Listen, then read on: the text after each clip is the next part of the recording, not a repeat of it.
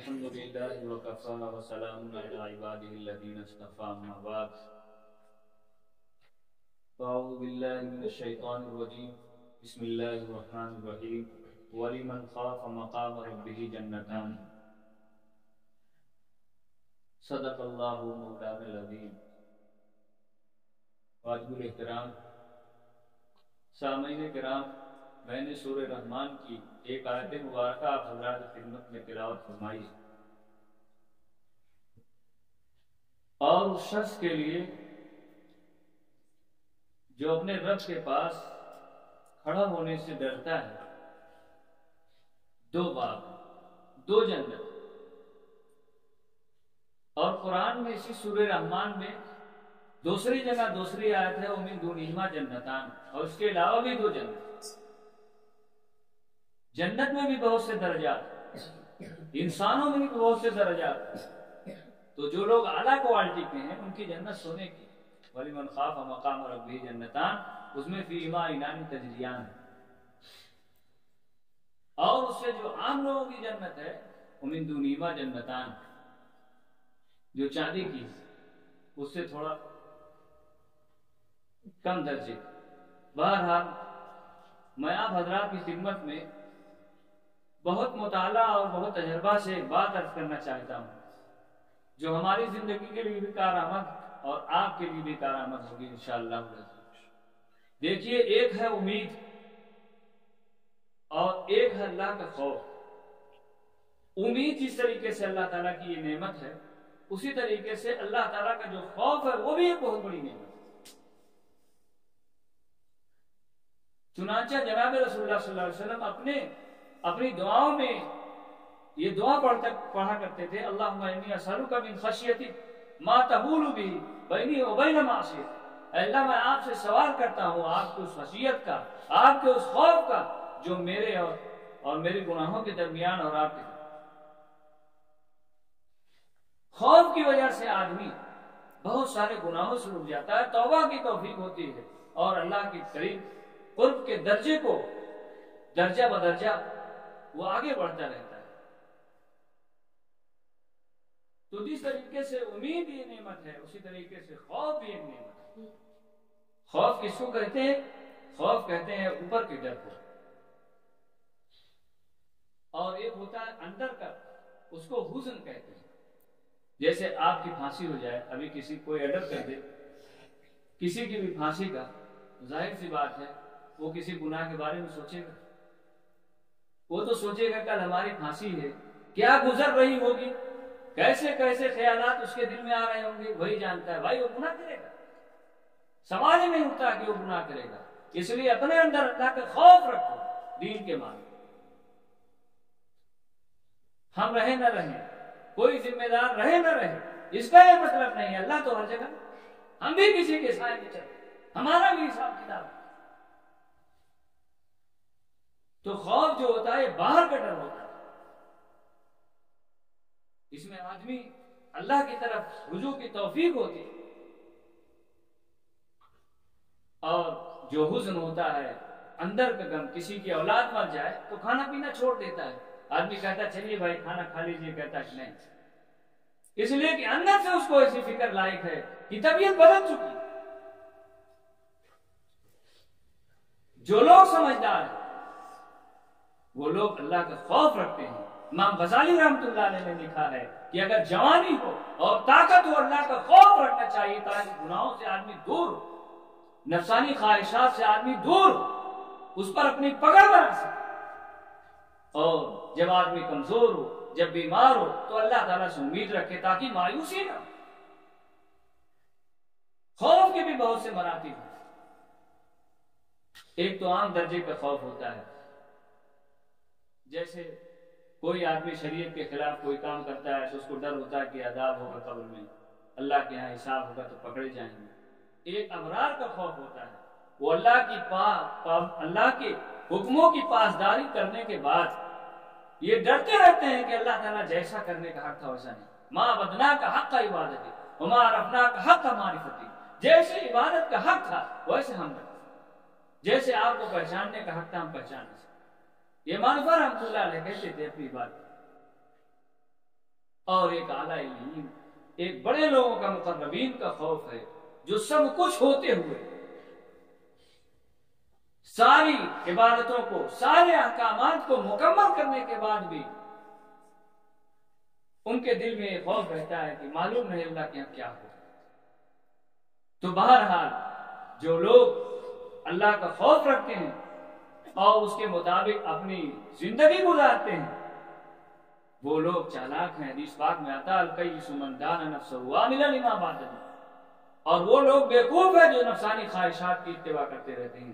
یاد رکھیے یہ بات، ان الحکم الا للہ، حکم صرف اللہ کا چلے گا۔ وہ ایسا شہنشاہ ہے، ایسا مالک الملوک ہے، ایسا بادشاہ ہے کہ اس کے علاوہ کسی کا حکم چل نہیں سکتا۔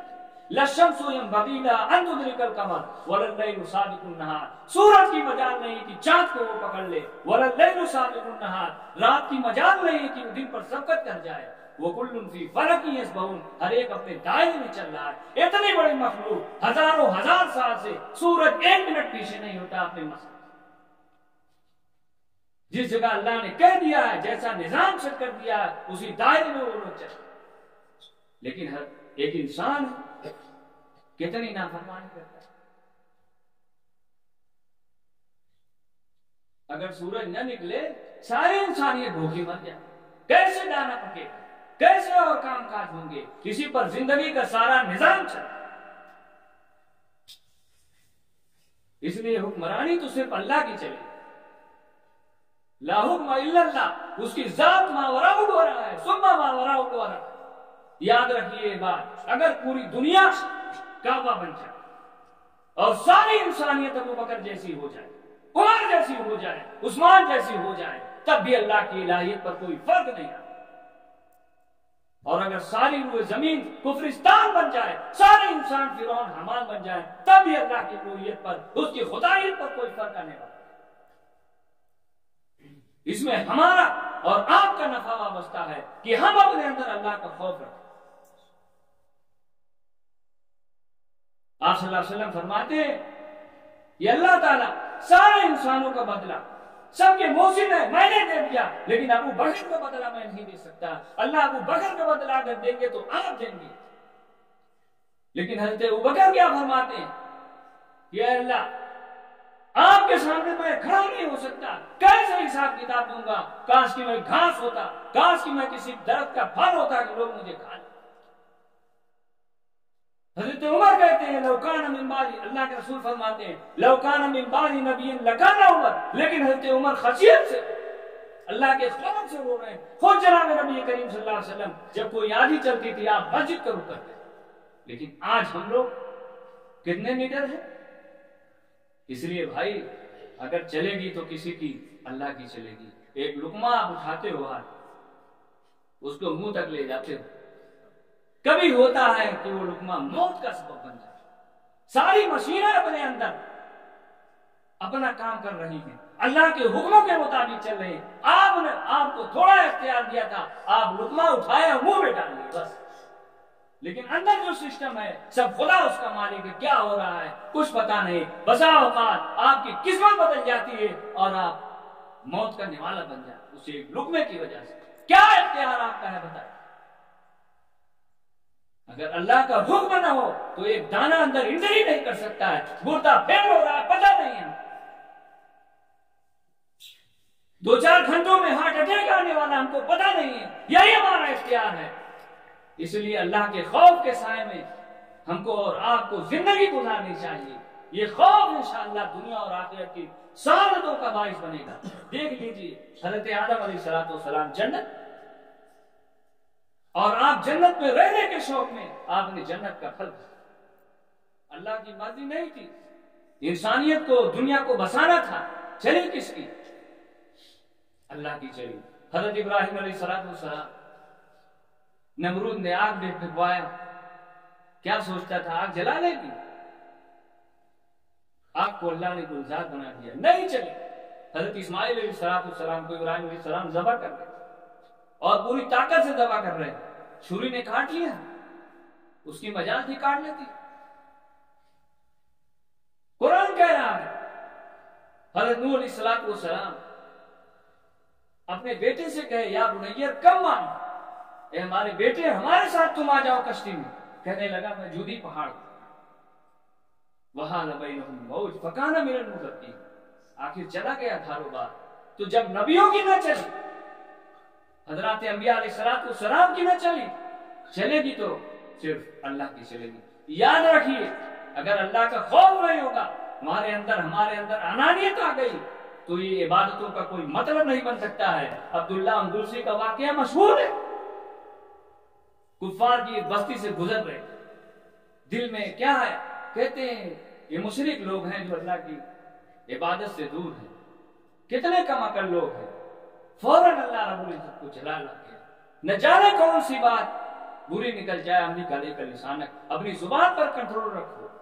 اللہ تعالیٰ نے کہا اپنی عقل کی وجہ سے تم ہدایت پر تھے کہ میری وجہ سے تم ہدایت پر تھے. چنانچہ آگے بڑھے تو ایک لڑکی تھی، اس پر ان کی نظر اور ساری نعمتوں کو چھین لیا گیا. مریدوں سے کہا تم لوگ واپس چلے جاؤ. لڑکی کے عاشق ہو گئے. اس کے والد سے کہا کہ ہم اس سے شادی کرنا چاہتے ہیں. لڑکی کے والد نے کہا سہی ایسے نہیں، اس کے لیے آپ کو 2-4 سال ہمارے ساتھ رہنا پڑے گا اور جو خدمت ہم دیں گے آپ کو اس کو کرنا پڑے گا. انہوں نے کہا میں کروں گا. چنانچہ ان کو سور دے دیا چلا. حافظ قرآن تھے، حافظ الحدیث تھے، اتنا بڑا محدث تو مشہور تھا. ان کے مرید شبلی علیہ السلام کہا دیکھیں شیخ کا کیا حال ہے. 2 سال بعد گئے تو دیکھا کہ جس عصا پر سہارا لگا کر وہ جمعہ کا خطبہ دیا کرتے تھے اور حافظ الحدیث تھے، حدیث کے امام تھے، جو پگڑی باندھ کر وہ پڑھایا کرتے تھے، آج وہ سوروں کی نگرانی کرتے. شیخ کی حالت دیکھ کر ان کے دل کو اپنے تھام نہ سکے. وہاں گئے، کہنے لگے حضرت قرآن میں سے کچھ آپ کو یاد ہے؟ کہا کچھ نہیں یاد ہے، صرف ایک آیت یاد ہے، میں یوں ہی اللہ فما لہ من مکرم. اللہ جس کو ذلیل کرنے پر آئے کون اس کو عزت دے سکتا. کہا حضرت کچھ حدیث پاک یاد ہے؟ کہنے لگے کچھ نہیں یاد ہے، صرف ایک روایت یاد ہے، من بدل دینہ، جو اپنے دین کو بدل دے اس کو قتل کر دینا چاہیے. اس کے بعد بے تحاشا رونے لگے کہ اتنا پڑھائے کیا ہو.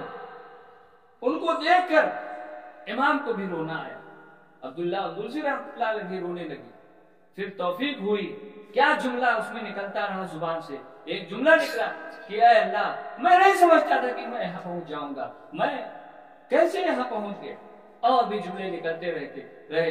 اللہ تعالیٰ نے ان نعمتوں کو واپس لوٹا دیا. تو بڑے سے بڑے لوگ یاد رکھیے اگر اللہ تعالیٰ کی بے نیازی آپ کی طرف ہو گئی تو برام باڑو جیسے 400 سالہ عابد کو اس کی عبادت کو ٹھوکر. اور جب اللہ کی رحمت متوجہ ہو گئی